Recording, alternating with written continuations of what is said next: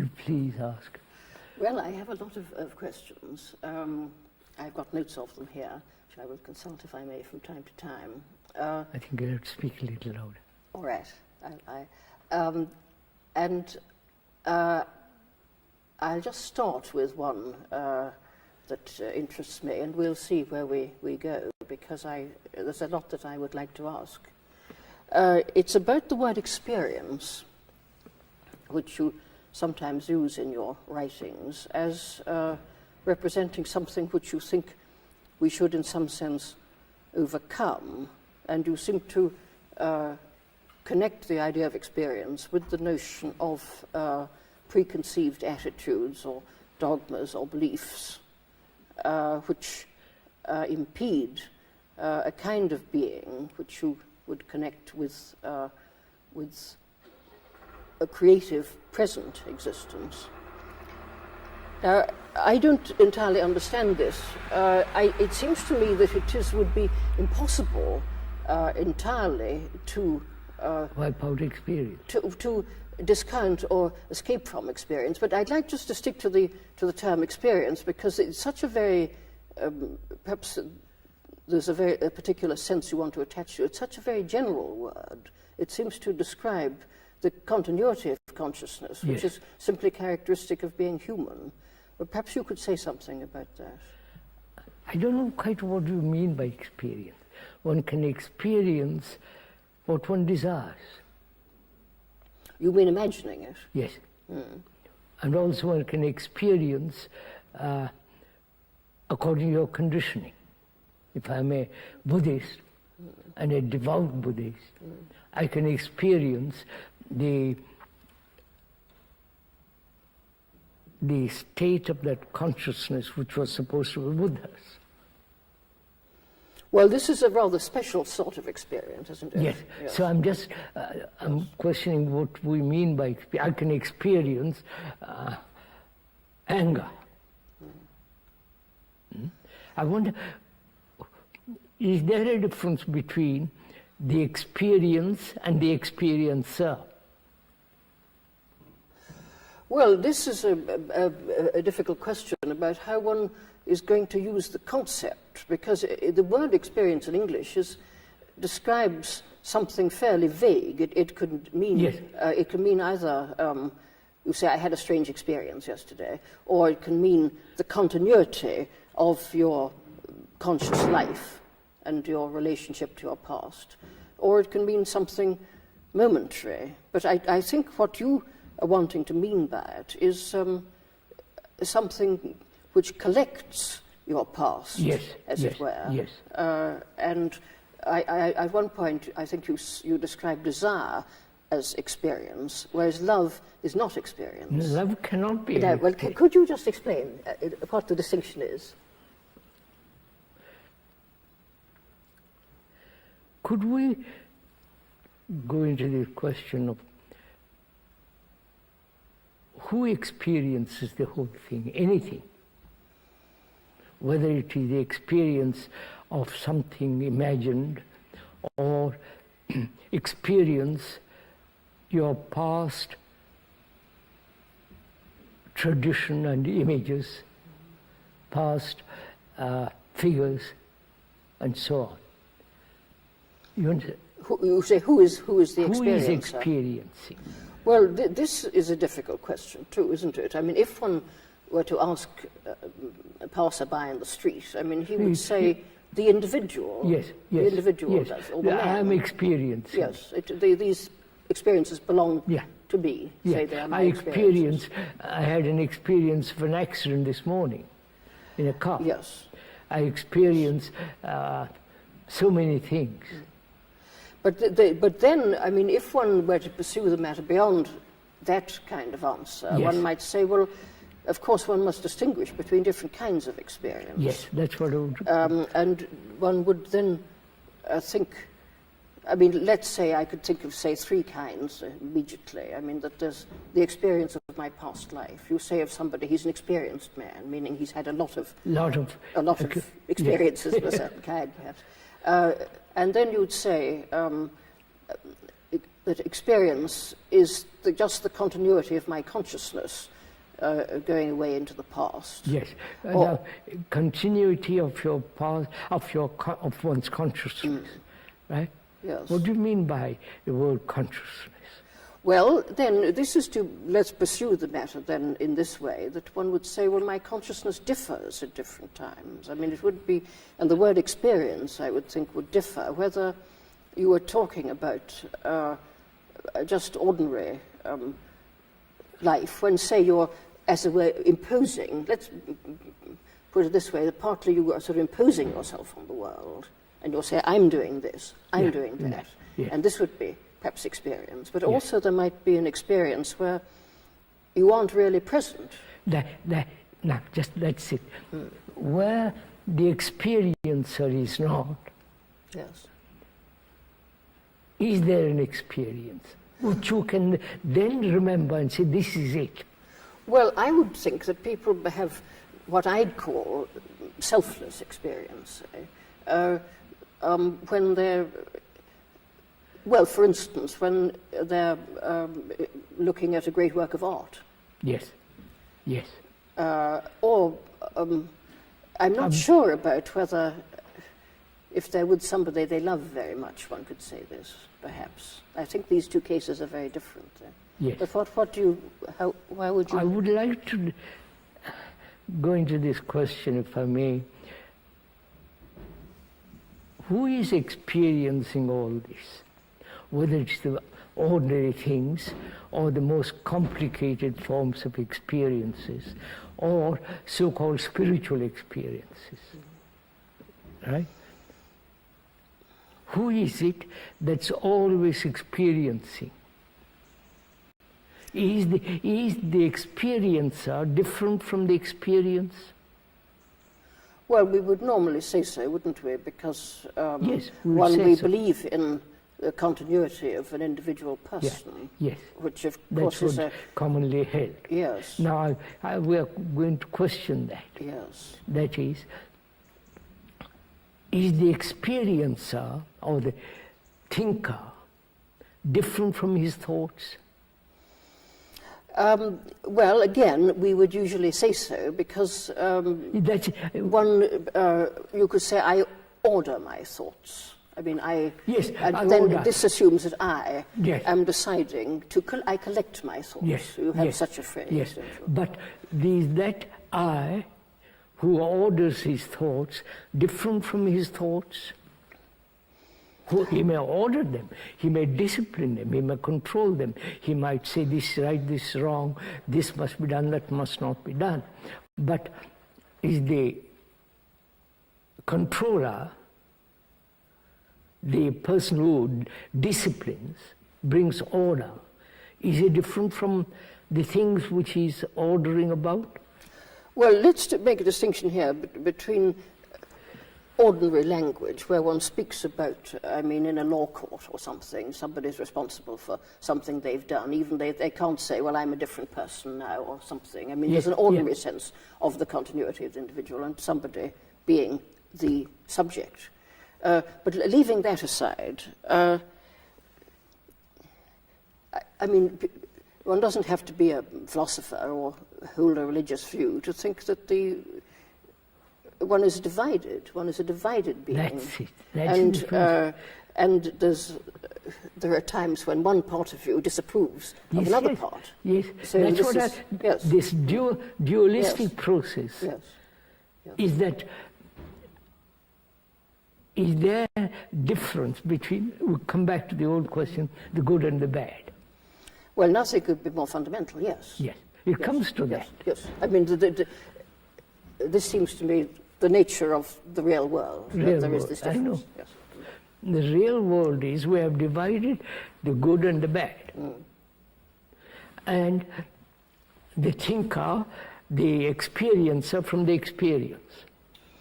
Yes, this would follow in that if you condemn yourself for doing something, then you are divided. Yes. I should not, I must, Yes. I will become, and all the rest of it. It means division in oneself. Yes. I would like to ask, if I may, is that the experiencer or the thinker different from the thing he's experiencing, or the thinker different from his thoughts?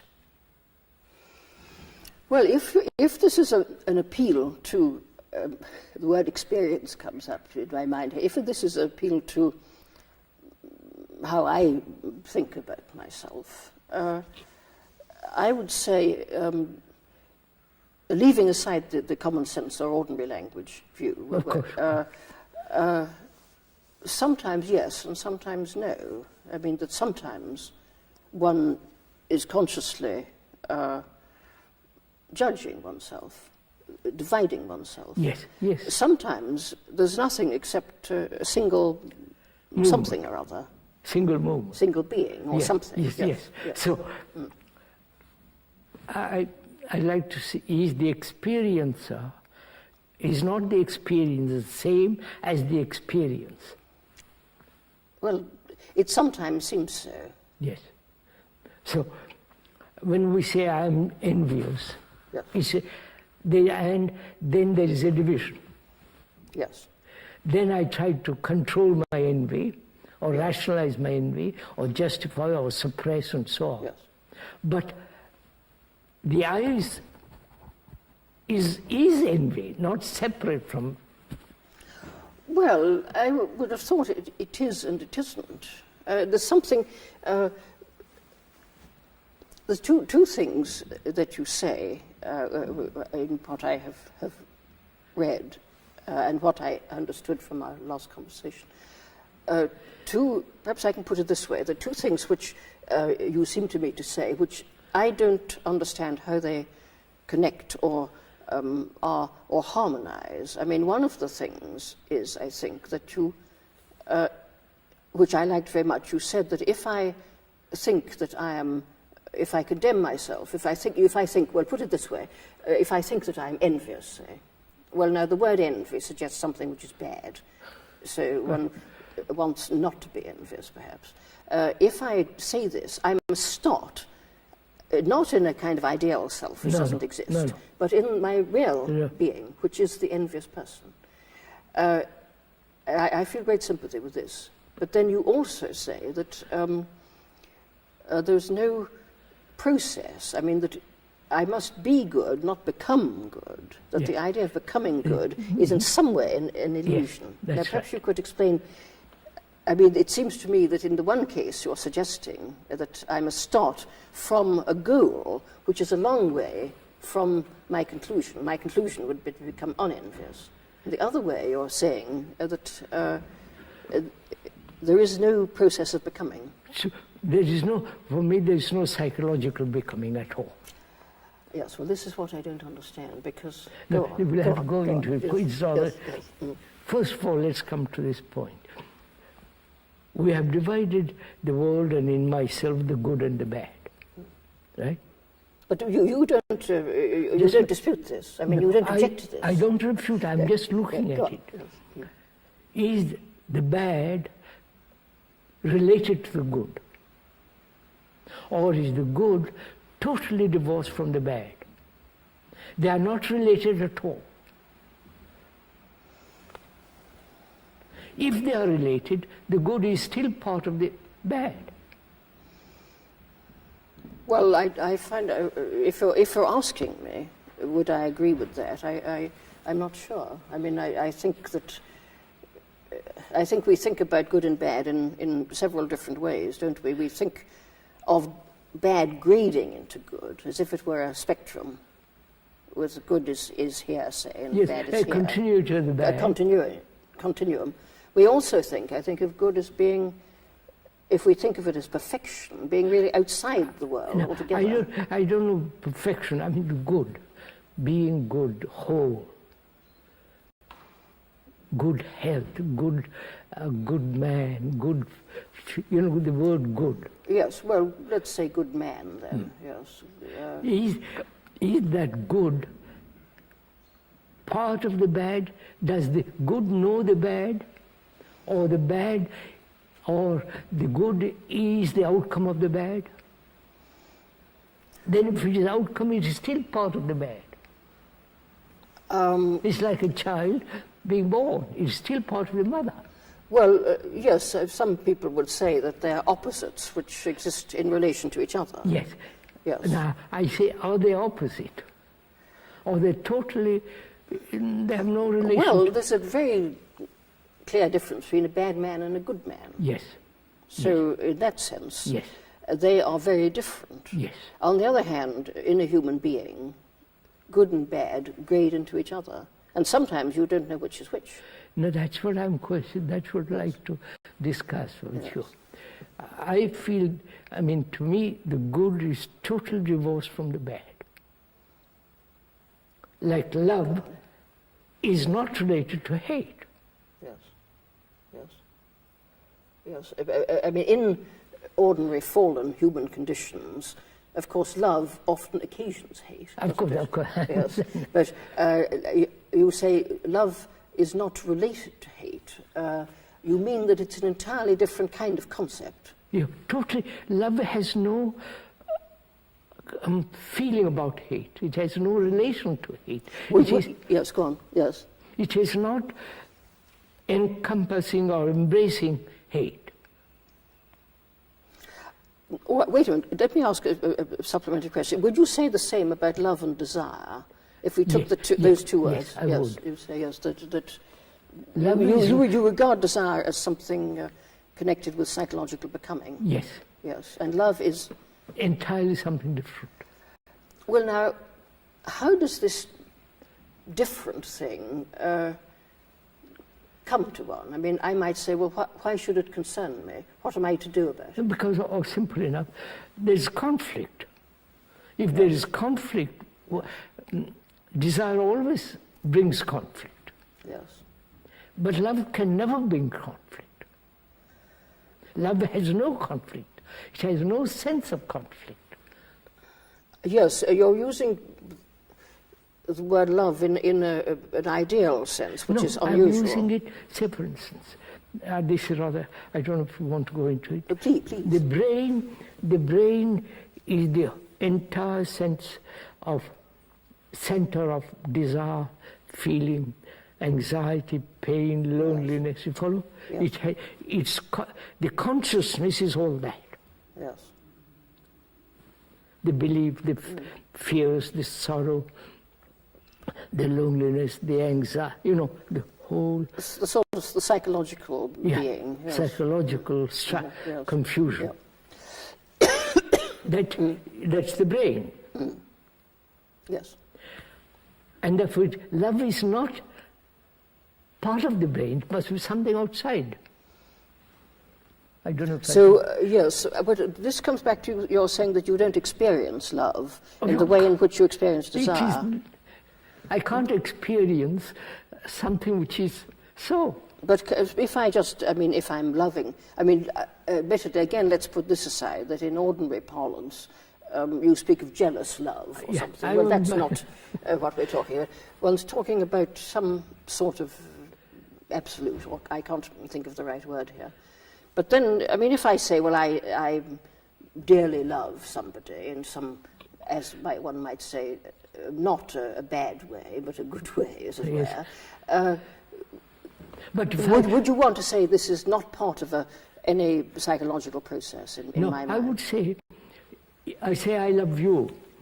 If I love somebody that way, if there is any tinge of attachment, any tinge of jealousy, any shadow of conflict, then it's not the real thing. Yes. Right, yes. I was brought up as a Christian, so there's a lot of a Christian way of looking in me, although I don't believe in God or the divinity of Christ. But I can see, in Christianity, there would be an idea of divine love or perfect love, which is something which we don't normally achieve at all, perhaps, but which... And I don't see why not. Because if I'm not jealous, I won't be jealous. There is no sense of attachment to another person, which doesn't mean lack of love. Attachment is attachment and desire. I think I mean, what one would, in ordinary parlance, call a virtuous love. I mean, where you're not hurting anybody else by loving this person, and you're not possessive and unreasonable and so on.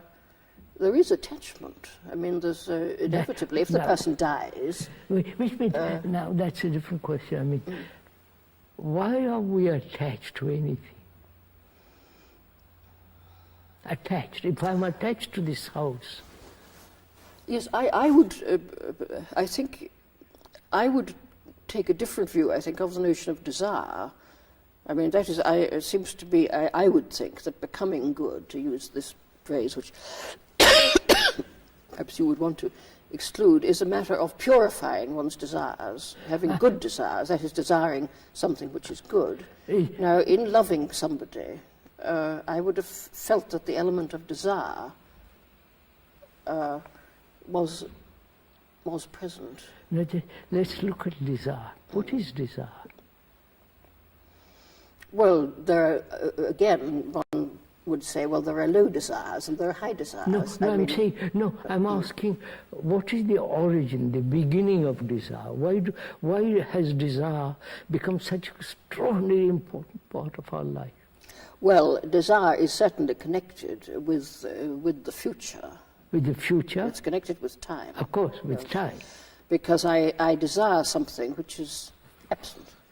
But I mean, let's take examples. I mean, I might desire to be frightfully rich, or I might desire to study a subject and become good at it. I mean, in a situation where there's no reason... Good at piano. Good at, well, let's say, or good at mathematics. To acquire knowledge. Yes, of course. Of this sort. Well, wouldn't this... And I might say, I love my subject. Yes, I love what I'm studying. No, but I'm asking, what is desire? How does it come?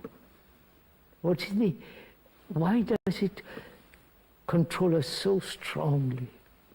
I mean, after all, a monk or one of the Indian sannyasis, their whole idea is suppress desire. Or transmute desire. Well, transmute, yes. I'd rather use the word transmute. Yes. No, that is transmute.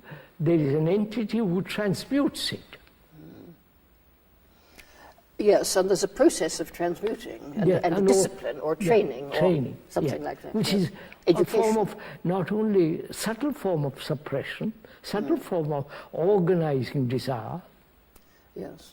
Or saying desire for God is good. Yes. Desire for riches is bad. And desire for possessions is bad. Yes. So we're not discussing the objects of desire, whether it is God, whether it's power, whether it's to become a rich man or a prime minister. But what is desire? How does it take shape in us? Well, whether there can be love without desire, I'm not sure. If one thinks perhaps of some kind of perfect love, the notion of desire would have changed so much that perhaps you would have to exclude it. But at a more ordinary but good level, I mean, I mean, if I desire to become well educated or something, that's a different way. Then this is it's a tension. It's a kind of tension between a condition which exists and a condition which does not exist. But I'm asking not desire to become a good human being or desire to be a good scholar and so on, but desire itself.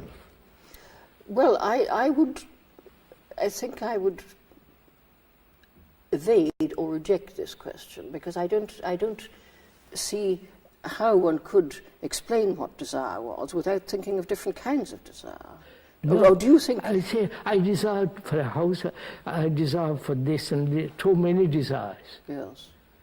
But the movement of desire, the origin of it, because we have either suppressed it, transmuted it, or escaped from it.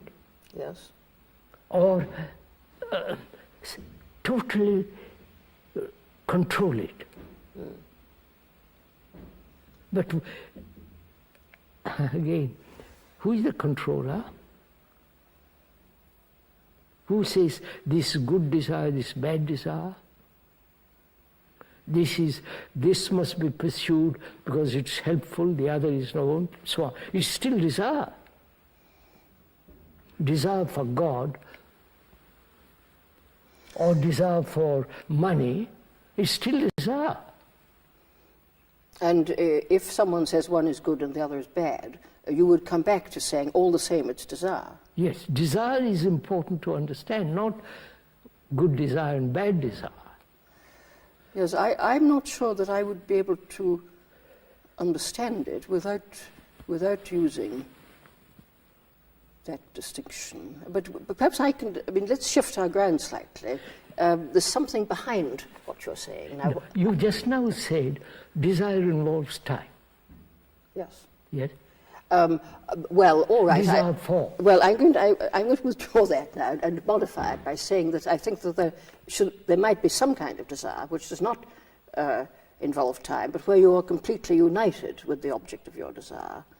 I mean, I think this again something in Christian mysticism might say that desire, if you desire God and if you're united with God, I mean, I don't know what this would be, then your desire is fulfilled and becomes perfect love or something like that. Yes. But is the man who says, I must become a very rich man, powerful man, is still desire. Yes, but... one is for God, yes, and the unification with God, still desire. Yes, but you speak of desire as if it's something which you want to overcome or set aside. No, I want to understand the movement of it, the process of it, the intolerable burden of it, or the pleasure of it. Yes, it's not always a burden, is it? I mean, if you desire something, for instance, if you're hungry and you know that you're going to have a good meal shortly, then the tension of desire is pleasurable. But there's something behind what you say which I can't guess. I'll go into Go on. Into it. Yes. Desire exists only when there is identification with sensation. By sensation, you don't mean bodily sensation, but... I see the lovely house, and I want it. There's a desire for it. You don't mean that there's an actual physical concomitant, but that there's a kind of both, this imagery. I mean, both. You imagine yourself in the house. Yeah. Yes. That Things like that. Sensation, yes. Then thought, creating the image of my owning the house. Yes. Then desire begins. Yes, well, yes, right, yes. Right? So, there is a kind of sensory aspect to desire. With which is, a thought then gives that sensory aspect of an image. Yes, this doesn't mean, of course, that, I mean, one says one desires to be educated. This doesn't mean you're thinking about it all the time or having sensations. It just means you're carrying on your ordinary life. But there would be moments when you have a sensory experience of desire, perhaps. Yeah. You imagine what it'll be like when your education is better or something like that. Yeah. So the more when sensation has given shape by thought, then it becomes desire. That's all I'm saying. Yes, but then... I'm not saying good, bad, and all the rest of it. But desire. But then you say that love is different from desire. All that. And love is desire from pleasure. Sorry, say it again. Love is different. Love is not pleasure. Love is not desire. Yes, all right. I would want to think that purified desire. This introduces another topic at this moment, which I just mentioned, put it aside. I am also concerned with what you feel about motivation and energy. I mean, I think desire is a source of energy. It is. And good desire is a source of good energy. Yes. But let's take this idea of love being different. I mean, there's something, it seems to me a contrast between a process and something which is not a process. Which is not a process, no. Yes. And you distinguish, you say that there's something like, so use some word like creative being, which is to do with the present. Yes. And you would connect this with the possibility of love and truth. Yes. Whereas desire is something restless, which is restless. Is quite outside. Right. But love doesn't mean it's static.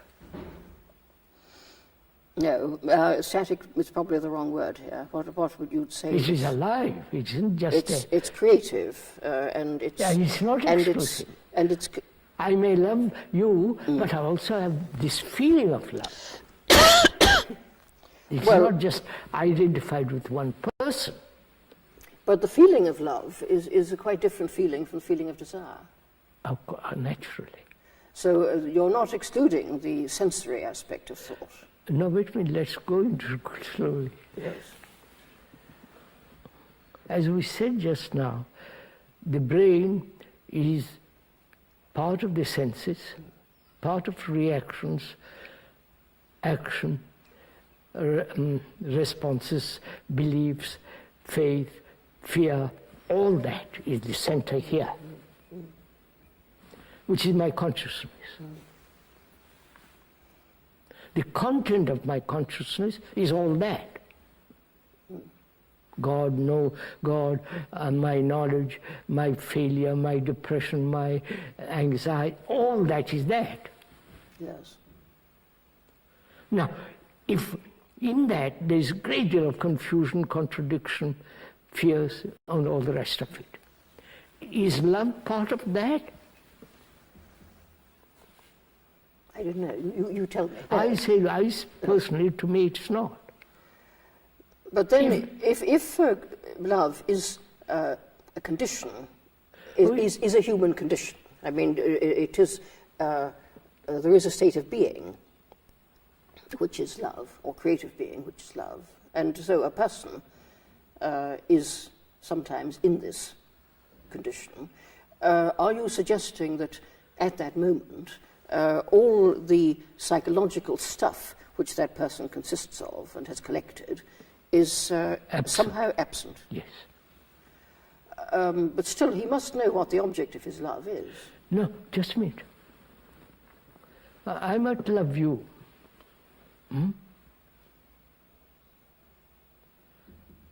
And it is not exclusive. Yes. Yes. It's not universal or any other. It's not exclusive. It's not limited. Yes. Though, I mean, in a sense, it is and it isn't, isn't it? Because if one loves a person, you love that person and not another one. But it doesn't mean that you exclude anybody. Anybody, no. But still. Love is not exclusive. No, but it is selective, if one could make the distinction. No, that word selective, which then becomes... After all, one doesn't love everybody. I mean, wait a minute. Perhaps God does, and perhaps we should attempt that's what I'm... to No, be I God. don't want to attribute love to God or to some But I mean, I'm just ideology. using God as a figure of speech here. No. I mean, that an ideal love, perhaps, would embrace I wouldn't even everything. use the word ideal. I don't know. I strongly object to ideas. Yes, go on. Ideals Yes, and all that yes, kind of go thing. I see definitely love has no relationship to hate. Love has no relationship to jealousy. It is not attached. Yes. It's not desire. It's not pleasure. But, I mean, to ask very, very simple-minded questions, I mean, in the life, let's say that you're interested in another person. I mean, after all, people come to you. I mean, I am coming to you. I care. Yes, but I ask, well, do you think there are certain times in one's life when one is one's difficult to find the Limited. word here. Well, when one is expressing or being love. Yes, that's... But should this be every moment of one's life? In every I'm moment not of sure, one's life? madam. I'm not at all sure it cannot be all the time there. Yes, good, yes. Yes. And you think... You see that... can love exist where there is self-centered interest? That's the real question. No, it would be imperfect love. But No, let's leave out imperfect love is not love. Then. All right. I mean, when there is self-interest, can the other exist? Obviously cannot. Because the self-interest is very, very all right. small. Well, you won't let me use the word perfect or ideal, but I'll use love in your sense then. All right. Love then excludes self-interest. Where there is self-interest, the other is not. Yes, but look, then, you see, something that I very much want to find out, and everybody wants to find out, is how to change. How to change. Ah, well, that's... How to become... Well, it's connected with this. No, wait a minute. Because... No, wait a minute. This is a really interesting question. How to move out of the situation of being envious. Say, wait a minute. I am envious. Yes. There is no difference between I and envy. I am envious. Yes. Envy is me. Yes, as we were saying earlier, that the person is the envious person. Envy is me. I cannot act on envy. Because it's me. Yes, but you can become less envious. I know, that's not, but it's still me. Go on, yes. Go on. Right? So there is no question of suppression, transmutation, or escaping from it. It's me. What do I do next? Now, wait a minute, I'm going to... If it is me, I watch it. Yes. I watch it very, very carefully. Watch it. Not try to act upon it. So there's a you who's watching the envy. No, watching is no, there is no you. When you're watching a bird, there's no you, you're just watching the bird. Well, watching a bird is quite different from... That's just it. So the other kinds of watching. Of course. Can I watch? Is there a watching without the word? Watching without a condemnation? Just watching, or agreeing, or rejecting, or resisting. Well, there can be such watching, yes, it's difficult. But I mean... Well, wait a minute. We've got this envious person, or oneself, one is envious. Then one is aware of the envy. One watches it, but just watching. Watching. Or being it, if you like. Put it another... consciously being your envy. Would you accept that form of words? You are envy. Yes, so, but you're consciously... I mean, when you enviously do something thoughtlessly, you're not watching it, you're expressing it. But then there are moments, perhaps, when you're Yeah, that's what I'm saying. Like you're attending to it. Look, you're watching a precious, intricate jewel. Yes. Then you're looking at the extraordinary delicacy, the bright light, and the beauty of the jewel. Yes, yes. Yes, in this case, you're looking at envy. Envy. I'm doing exactly the same thing. Then I see the whole movement of envy, which is comparison and so on, so on, so on. Yes, yes. So I watch it without any thought interfering with my watching. Yes. That requires a great deal of attention. Yes. Not concentration, real attention in which the self is not. But are you not making a judgment? No. No. You're watching without judgment. Oh no, I have no value. I don't say you must or must not have envy. It's immoral or anything of that kind. These human beings have lived with envy for thousands of years. But then is not the result of this attention that your envy disappears? Watching with attention. Watching is attention. Yes. Yes, I like the word attention then. You attend in, you would say, some non-evaluating way. You're not making a moral judgment. No, and you're not saying I ought not to be envious. No, that would be true. But is not, I wouldn't say the purpose, but certainly the result of this attention that the envy dissolves. Yes, attention, because in attention there is no self at all. Yes, good. Okay. I mean, I understand this state of being. Which you can watch it, you know. Yes, but then... it's great fun. Is not this then... I mean, this connects with my question about how do I change. Is not this... This is what we're saying. Yes. Well, is not that then this is, if you like, to use old-fashioned language, a spiritual discipline? No, I know you don't like the word discipline either. I don't like the word discipline. No. All because right. discipline means really to learn, not to compartmentalize, pursue. To learn watching. Not memorize watching, but to see the whole implications of envy, comparison, all the rest of it. And this state of attention would be something which, supposing somebody says, or I say, why not me, but does this happen only when you're meditating, for instance, no. to use a word which you yourself use, or should it happen all the time? All the time. If you're watching, that is, you don't let a single thought slip by without knowing what it is. Yes, and this would coexist with one being a ticket collector or whatever one's job in life is. That you could, in fact, the idea of living at different levels or in different states must come in, I think, that there would be a state of your being which was this constant attention. But you see, I'd also introduce the word meditation. Yes, well, it is a word that you use yourself. I know, yes. I use that word, but you see, meditation is a very complex business. Yes. But it's not,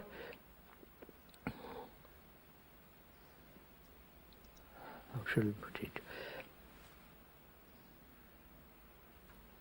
In meditation, there is no meditator at all. Yes, okay. Yes. But now what we do, I must meditate. I must follow a system to meditate. Yes, there must be practice, which is all exactly desire, which want to achieve a certain state. Yes, well, this seems to me, in a sense, unavoidable. I don't know. I mean, I have been taught a system of meditation a long time ago, and I have practiced, and to some extent do practice something like meditation, only in a very feeble way. But it does seem to me that there's something which is trying to do it better. When you use the word better, that means more. Therefore measurable. More like, you see, you say when in meditation there's no duality. I mean, there's no subject. Absolutely not. And I would say that something like this happens when in experience of art. Moment you say experience, yes. You're already... All right. Okay, well, if I'm looking at a great picture, if I'm really looking, I'm not there. Yeah, that's all. Picture is there. That's all. Yes. When you're really looking at something, there is the absence of the self. And this would be an image of love too, wouldn't it? But that you wouldn't be there. Therefore, there is no image in it. Yes. There is no image in love. Of course not. Image is put together by thought. Yes, I think that in a certain way of loving, unselfish love. I mean, this is difficult to talk about because love happens in time, and you have to struggle and think and plan and do things for somebody you love. But you would be really selfless in all that you're doing. I mean, there'd be somebody there who's doing the things, but the self would not be present. The object of attention would be Yeah, present. that's why. But it seems to me you have to try. I mean, you give me the end, but not the means. No, wait.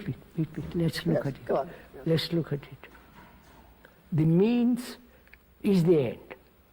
There are not the two are not different. Sorry, may I just quote a remark made by Kafka to the effect that there is no way, there is only the end.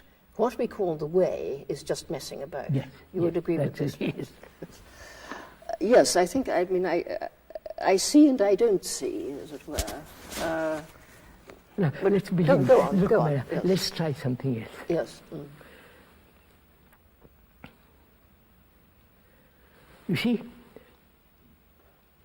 change implies future, as you pointed out, right? From this to that. Yes, and imagining a future. Yes, perhaps, the future. Yes. What is the future? Please, The I want to future get to- is Go on. Yes. the future is a continuity of the past, modified through the present. It's a movement, Yes, all right. Yes. right? So the future is in the present.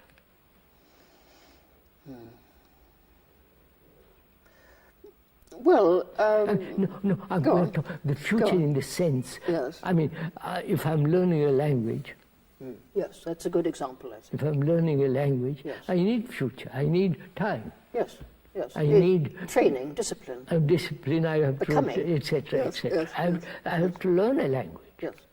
Now, there is all right, but psychologically, inwardly, subjectively, the past, which is me, my memories, my experiences, all the past, is being modified in the present and proceeds to the future. Right? This is the whole movement of our evolution, of our psychological well-being or not well-being, and so on. So the present is in the future because what I am now will be what tomorrow. Unless I change now. Right? Yes. So the present contains the past, the future is now. Right? Yes. The present. Yes. Now, the present is what I am. In a sense, there isn't anything else. But go on, yes. Yes. That's what In a I am. sense, yes, go on. My memories, all that. Yes. And there is no future unless I continue. Is there an end to that? You mean, is there an alternative state of being? Yes. Ending this whole movement of becoming, struggling, achieving. Yes, of course, philosophers have always been worrying about the difference between being and becoming. And in Platonism and in Christian theology, being is real and becoming is unreal. And I feel something of this in what you say, but I don't want to mislead myself by thinking about anything else.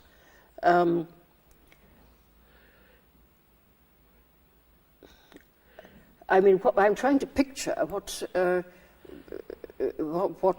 you are speaking of would be like. I mean, that one would, let's say you're spending your time learning a language, and you don't know the irregular verbs today. Next week you will know the irregular verbs. I know. And this is human life and unavoidable and proper and quite right that you Quite should right, learn that's the proper. irregular verbs. However, during this time, you're also, as it were, attending to everything that you do. Of course. In I'm paying attention to everything I do. yes. Now. Now, in So the in a now way, contains, in a particular manner. the now contains all time. Yes, I mean, you're picturing a possible human state. No, I'm not picturing. I'm just saying, see what has happened to human psyche. It has moved in this direction always. Past, modifying the present, and the future. This is the chain. Right? in which we are caught. Which we are. I won't even use the word caught, which is what we are. Yes, the word caught, though, suggests that there's freedom. That's another word that you use. There's freedom which is connected with truth and with love. Yes. And so somebody comes to you saying, well, I'm in a trap. How do I get out of the trap? If you're in a trap, let's look what's in the trap first before we want to get out of it. Well, I mean, I don't want to, well, this is just a relevant remark, but I mean, I don't want to get out of the trap in the sense that I don't want to stop wanting next week to know the irregular verbs. That, of course, yes, next week. That goes on, yes. But what I also want, say, to achieve a state of being which is selfless. Yes, and which perhaps means this may be the most for important it. thing of all. Because you desire for it. Well, you have a concept of the future. Yes, I mean, I know that now I'm not selfless. No, but I would like to become selfless. Therefore, let's understand what the self is. You can't change, or rather, break down the self or whatever it is without understanding the movement of the self. Not invent go. But in the situation where one's looking at one's envy, for instance, we agreed that one result of this attention would be that the envy would disappear. So the self is changing. Which matters not ending of envy, but attention matters. Yeah. But supposing I just attended to my envy and went on behaving enviously, but with complete consciousness of what I was doing, would that be a good state? Then you see, good. You being conscious that is still part of the self. Well, one's not postulating a kind of... one's not, I think, postulating a condition which is totally unlike the human condition. One's imagining a way in which human beings might be. Yes, we are human beings. Mm. We live in this constant conflict, pain, sorrow, and all that.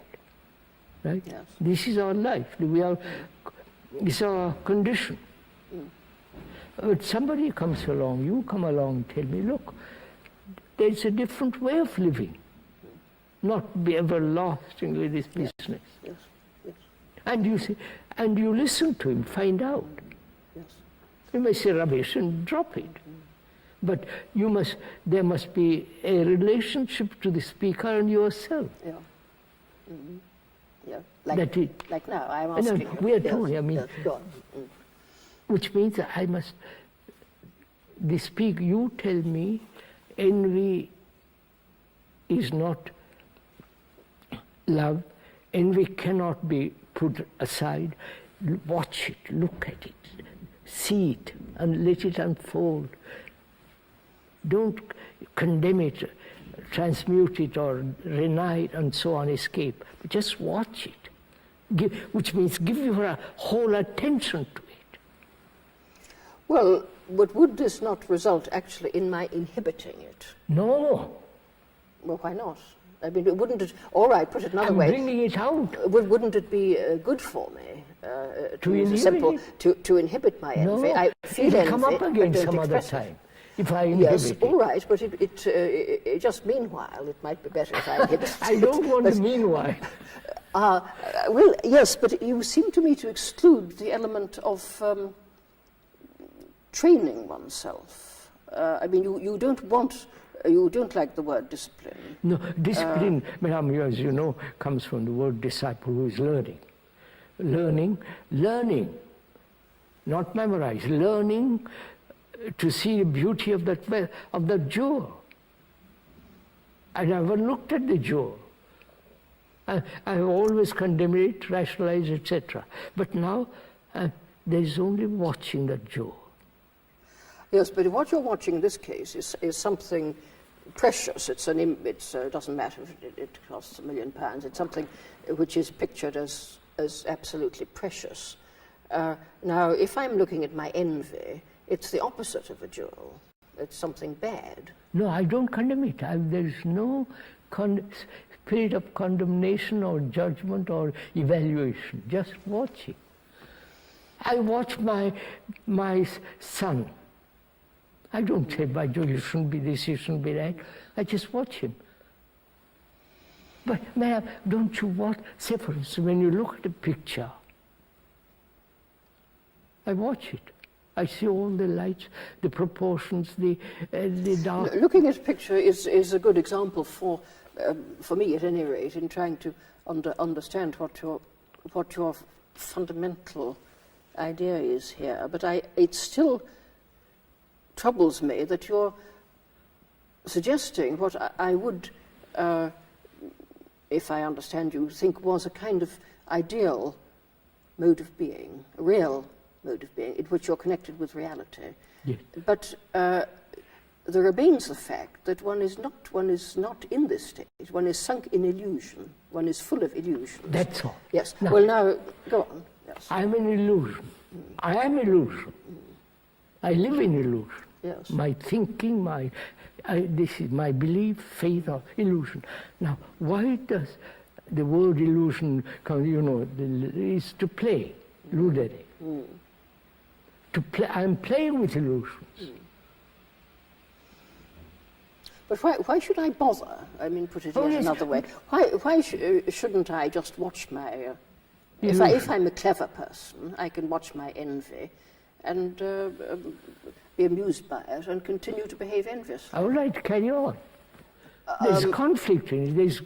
There is certain sense of agony in it. There's but pain. don't you think that wouldn't you wish, if you saw somebody that you loved in a state of illusion, wouldn't you wish for that person? I'll go and talk to him. They should change. I will go and talk to him. Yes, well then you are suggesting that he should change. You are suggesting moral values. No, I would say to him, look, why do you have these illusions? Well, to call them illusions is already to make a moral judgment. Now, you don't even call it illusion. You believe in God. Somebody believes. Well, or some other thing. Yes. Well, let's stick to the case of envy, because that's fairly straightforward. Right.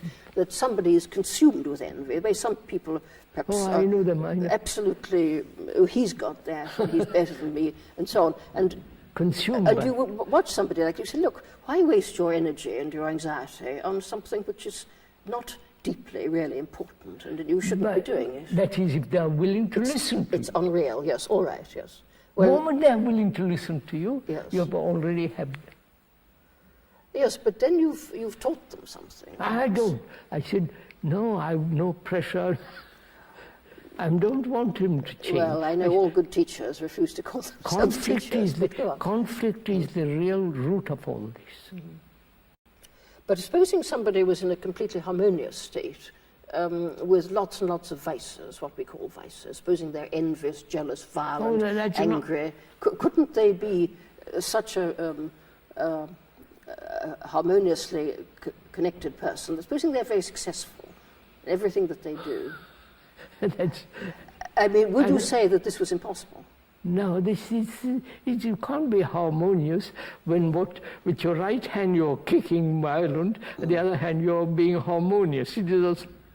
Well, yes, I mean, I agree with you. I mean, and I think people assume, rightly, that an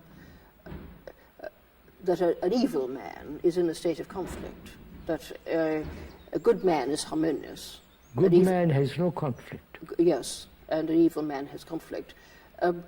Well, this then suggests that there's something, that the evil man has made a kind of mistake. There's something unreal about what he believes about the world. So then, in making the distinction between good and bad, one is making a distinction between... No, you could see, for instance, a man who terrorists, a man who kills for the fun of killing. I mean, is something wrong with the man? Yes, this... I don't call him evil or good. There's some kind of aberration going on in the poor chap. Well, so what you want to produce is a harmonious personality. Yeah, I want to produce, as long, is it possible to end all conflict within oneself? That's the real root of the question. All conflict. And you'd be prepared to drop the words good and bad, then, and Yes, use the in that words sense. harmony and disharmony. In that sense. Yes. I wouldn't use harmony or disharmony because moment when there is no conflict, you're whole. There's a holistic way of living. Yes, but still you're still talking about good and evil in the sense in which we normally understand them. You speak of the terrorist, say. I mean, let's picture a very bad man, not just an envious man, but a very evil man, somebody who's cruel. There's somebody who kills. Then one would want this person to... if you will listen, if you will change, so much the better. But they don't listen. Well, I think we're reaching the end of our rule. Yes, we've reached the end. Perhaps we've reached it. Well, I think I'd like to go on with this. If Will you like to go after lunch? well, Would you like to go on? It's now called of course, 20.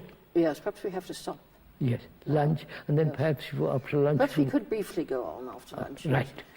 That's right.